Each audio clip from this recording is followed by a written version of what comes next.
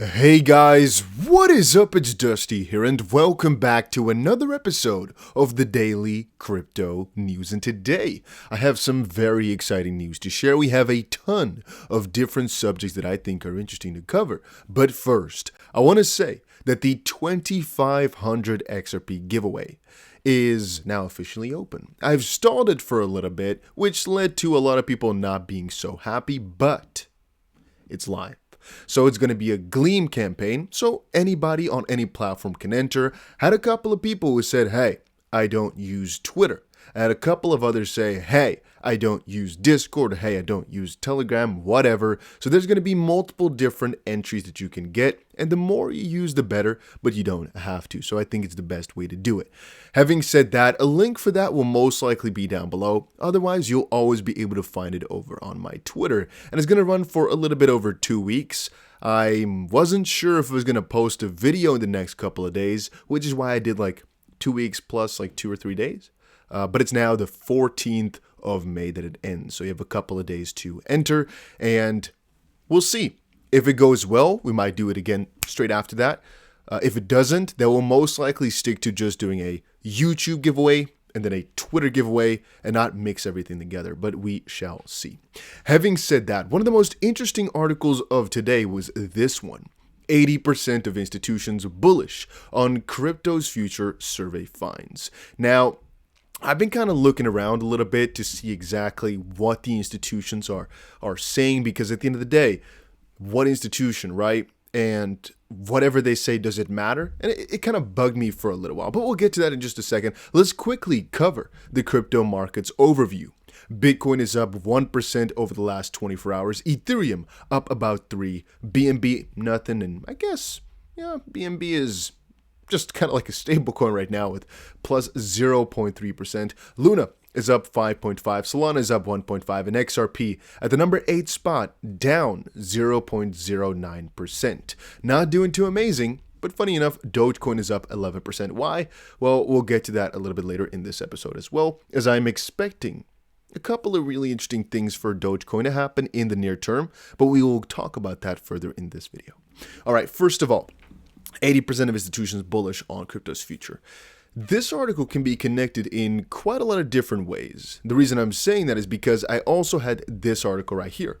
Fidelity pushes Bitcoin further into mainstream by offering it for pension plans. If you guys don't know, I've done quite a couple of videos on the channel talking about different ways to retire with crypto, and it always kind of comes down to doing it on your own. Because before, these bigger funds, they wouldn't really allow you to get into this longer term savings game through crypto. You had to do it yourself if you wanted to get it. Now, over the last couple of months, though, we've seen some drastic growth in that nature, and I'm also expecting, honestly, that that's going to take a really big drastic turn over the next couple of months. Look at this. MicroStrategy. It's going to allow their employees to invest in Bitcoin through 401k retirement plans. I think for right now, this is like a wow type of moment, but eventually this will be the standard. I honestly believe that. I had another article here which talked about UK firms bullish that crypto adoption will take less than 10 years. Unfortunately, the article has been deleted or privated or something because it now just pushes me to the homepage, but I can see the URL still. You guys can't see it, but I can. And that's what it still says. And I wanted to kind of bring up the point that it's interesting to me how nobody really knows exactly how long the adoption will take, but most sources right now are starting to kind of converge towards the idea that it's not really going to take that long anymore. Why? Well, you're starting to see all the basics being set in stone. And remember, look at the first article, right? 80% of institutions are bullish on crypto's future. We're starting to notice more and more adoption by traditional companies for this crypto stuff. It's not just crypto companies taking over different sectors. No, I'm talking traditional companies changing over, going into crypto. And take a look at this. CBG Clay says, no shizzle. Just look at the partnerships Ripple has created worldwide on a global basis. Institutions want to buy in. But with the corruption we are seeing and lack of clarity, they're just merely waiting. Once regulation and some sort of clarity comes in so they could cover their asses, then it's game over. The thing I wanted to say about that is I mostly agree with this statement in the sense that what they're just waiting for is this lack of clarity and some uncertainties when it comes to actually putting great money into it. But as we're starting to see these higher ups, like the bigger hedge funds, all say we're positive on it. We think it's going to be fine in terms of regulation, in terms of just stability, in the sense that it's not going to just crash down because of some illicit factors, for example. It's starting to strengthen the market quite severely. And it's just kind of like a little basis that I'm starting to see a big change in that. On the contrary, Coinbase's CEO, Apple's App Store, is restricting innovation. Crypto-compatible devices are the future. There's still quite a lot of things we can improve on. Right now, for example, the biggest news is about Elon Musk buying Twitter, right? Which, again, is most likely going to be pumping Doge and a couple tokens akin to it. One of the tokens that was really going crazy were a couple of meme tokens that were like Elon Twitter or something like that. Some tokens of a name to the sort. Doge Elon Mars is also pumping, I believe. Quite a lot of coins. I think she was actually going down. I don't remember too well anymore, though. Now, honestly, you guys know my videos are not financial advice, but should we buy some? I think the moment that Elon says some Twitter with a Doge emoji behind it, it could pump severely, and that could happen really shortly here. He could also be introducing Doge Tippin, and honestly, it's not a crazy idea to be buying it. But will the price go really severe?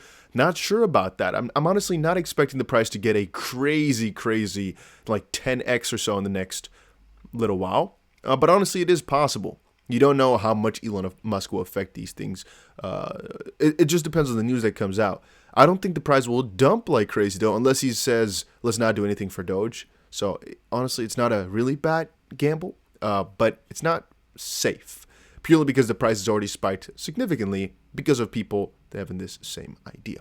Now, talking about that, there were actually a couple of reasons why I'm saying it right now this way. Earlier, like when the rumor came out that he wanted to buy it, I actually told you guys Dogecoin is going to be a really good one. And there's a reason that I changed my mind a little bit. And that's because you buy the rumor, sell the news. Guys, if you remember, I gave you all multiple different times throughout the past strategies for almost guaranteed profit by being almost like an insider trader. How, you might ask? Look back about 4 days ago. I think that's the last time when I gave you guys this tip. And it works almost all the time. I use this almost all the time. And I can almost tell you right now, it's a multi-million-dollar idea that this is. Just hear me out. So what I've told you guys is you have these launch pads, but there's actually anything where you know a certain event is going to happen, which is going to gather a lot of demand. The whole point of trading, right, is to take advantage of these moves when you are anticipating them, if I say that the right way. On Bybit, if you haven't yet, make sure you get yourself an account right freaking now with the link down below. But hear me out. There is this thing that's called the Launchpad, and it basically launches tokens on there that people are able to then stake their BIT or USDT for, and then basically buy in a little bit after some calculations. It doesn't matter too much. The point is, you're locking your tokens up to get access to this newer token. I described to you guys before, I buy every single one of these tokens that launches on there because usually they do really well on launch. With Apex, the supply is very high, and so I'd be a little bit more hesitant to put in large sums of money. But with these types of launchpad sales, you usually are only able to buy in maybe $500 maximum, which most likely will not be able to do anyway. So I'm definitely just going to buy my fill with anything that I am able to do because usually it is worth it. Having said that, in 11 hours it starts. But it was announced. So let's quickly check this out. It was announced April 15th, most likely even a little bit sooner than that, but I couldn't find it right now. So what I told you guys to do, and again, I am not your financial advisor. I do these things in the crypto space, and I'm trying to report on them as accurately as possible in the way that I seem fit to hopefully make you some gains as well. But this is a beautiful strategy. That was the April 15th, right? Let's check it out. April 15th, right there. Big pump that day. But if you check, over the last couple of days, the price has pumped at least 7% since the highest point, I think. You can see at least even, I think you could have gotten, if you were instantly there, you could have gotten 10% since that was announced, and most likely it was announced even a little bit earlier. But I gave you multiple other tips. One, as I told you, if the price goes below $1 for a bit, I would like eat my sock or my shoe or something like that. Why? Well, because you take a look at the biggest investors into these projects. You know, BitDAO, very, very big, large market cap, a lot of money inside. Where do the people buy into? You're going to look at those numbers and you notice, okay, the bigger guys most likely got in not below, like maybe $1 or so, right? You got to think about this a little bit. I don't know if we have the official numbers anymore, but my estimation at the point was it will most likely not drop below $1. So I told you all, every single one of you, I made 3 specific videos about this. If you buy BitDAO at $1.08, I think the price was at the time, I don't think you can go wrong. And I told everybody, I am opening a long position at $1.08, and I'm going to keep it open for a little while, as I am not expecting it to dip lower than $1, worst case scenario. And look at how the things have come. What I also told you at the time as well is, let's just hope that at one point or another, that comes down to the launch pad crypto, because then usually the bit price pumps. I'm going to give you guys a warning though. The closer we get to the Apex release, the higher the likelihood that the price is going to dump a little bit. I'm not going to say open up shorts, because it could, theoretically speaking, be that as this subscription period goes on, you have to basically stake your bit, and then afterwards, after I think 5 days or so, you get the bit out of there. We at least have to sell, if you're not putting in your BIT for Apex to basically get these tokens to buy them, then you have to sell most likely about a day or so at worst, before people get their bit back. But I'm thinking even right now, people could be selling because they have the same knowledge that I have, as the lockup period is starting tomorrow. And people got some nice arbitrage in this little period of time. Again, guys, you don't have to do anything, but what I would highly suggest, get yourself an account over on Bybit and stay for a little bit. I have a couple of bonuses. For example, right now, I was chatting with the guys and they said, hey, you can give everybody, I think, let me quickly see. For one person, I can double their money that they have. So for any person that has less than $1,000, every week, this is something we could do, and I can accept this if we want to. I can choose somebody from the comment section, and we can double their money up to $1,000. So actually, it doesn't matter how much money you have, but only maximum $1,000 will be doubled. Just the way, they can't use infinite money, right? But that could be really cool. But also, I think there was something else which I was kind of asking them to do for the peoples.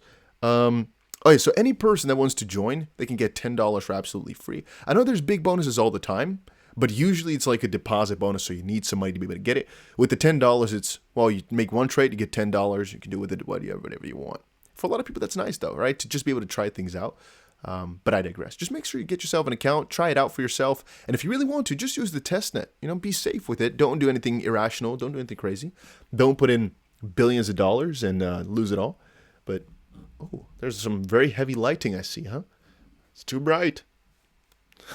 It's okay. All right. To not stray away too far from the topic at hand before. I was talking about how these institutions are coming in hot, right? There's also this threat, which a lot of people are not thinking about. If the ETFs come in hot, you're going to see some radical changes. And one of the things which we're going to see is a bigger influence from these bigger hedge funds as well. Will BlackRock, the biggest institution in the world, biggest fund in the world, monopolize the entire crypto market? Fun fact, they could just buy the entire crypto market out loud if they were to kind of want it.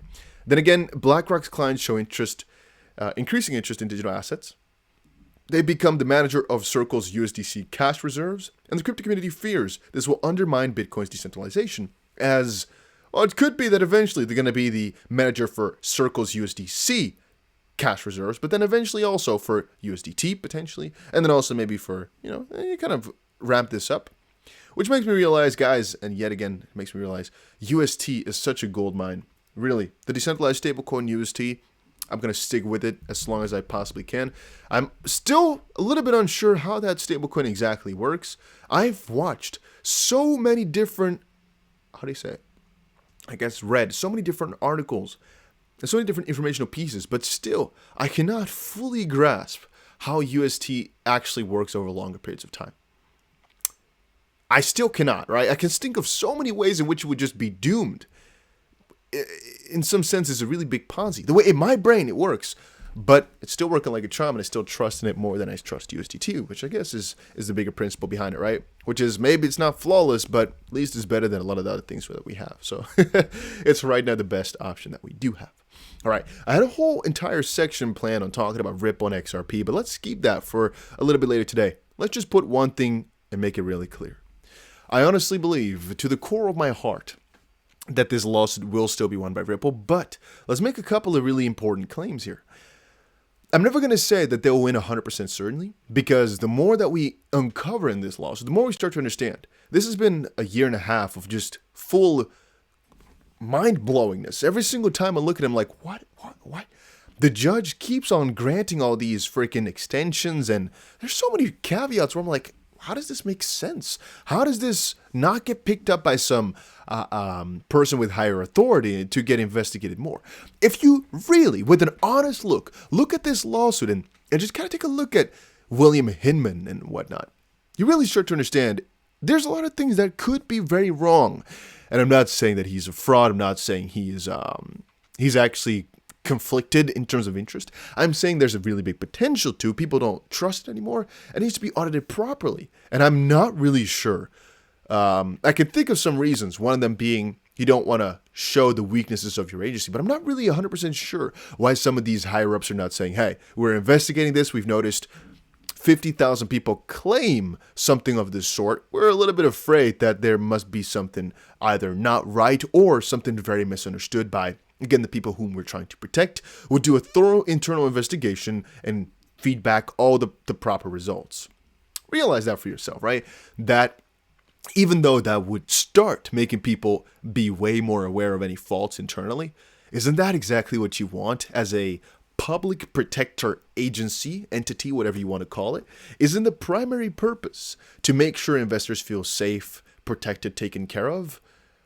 Why would you make them feel hesitant over everything? I honestly believe if there was a proper investigation which shows William Hinman, for example, in no way, shape, or form, logically, benefited from his decisions financially and in a biased manner at the SEC, who's going to complain about it? Nobody. It's only this little vagueness of them trying to keep it as secret as possible, them doing so many strange tactics in the Ripple lawsuit, which again is literally against XRP holders, which is again our U.S. investors whom the SEC is trying to protect. There's so many things strange, which is why I sometimes say to you guys, don't expect 1,000% that this is going to win, because there's such shady stuff going on that I sometimes think one day we'll wake up, this judge is just kind of sold her soul maybe or something like that.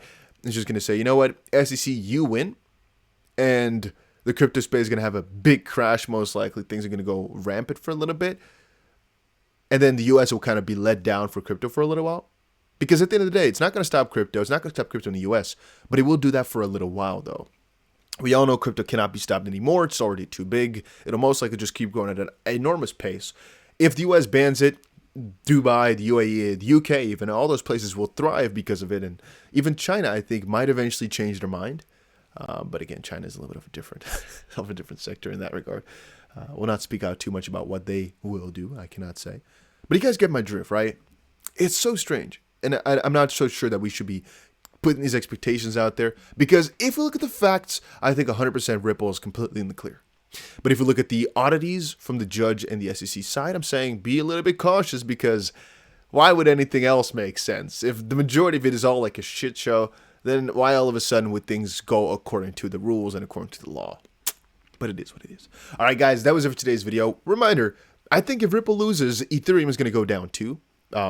So, you know, if you're thinking, oh, but you've turned bearish on XRP, then I've turned bearish on crypto as a whole. But I'm like 99% into crypto, so, you know, it depends on how you view it. I think it will thrive, though. I don't think it's something to worry about. I'm just saying the lawsuit on its own is a little bit less clear than we'd like it to be. Having said that, that was it for today's video. I probably got another couple of things coming up, but we'll see. All right, tomorrow, most likely not too much going on, depending on if there's any crazy announcements, because of some reason. But I'll definitely, from at least the 28th on forward, be back in full with making the videos on pace, and at least, you know, my usual, like 3 a day or so is what I usually do. Right now, I've been doing one video every 2 days, or 3 days even. But man, as I said, honest talk here. The crypto space, it kind of tires you out sometimes, man. Honestly, it's fast-paced, relentless, but more importantly, it's 24/7. It's 24/7. It never sleeps. It always keeps you up. It always keeps you thinking. It always keeps you in this loop.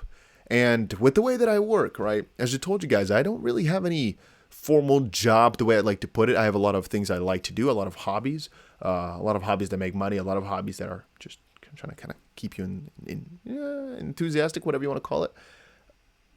But sometimes it can be overwhelming when all your hobbies have to do with a lot of money, or when all your hobbies are like financial wise. So I've been taking a little bit of a break to kind of reevaluate everything I like in life, sort of see what I like with the YouTube stuff and everything.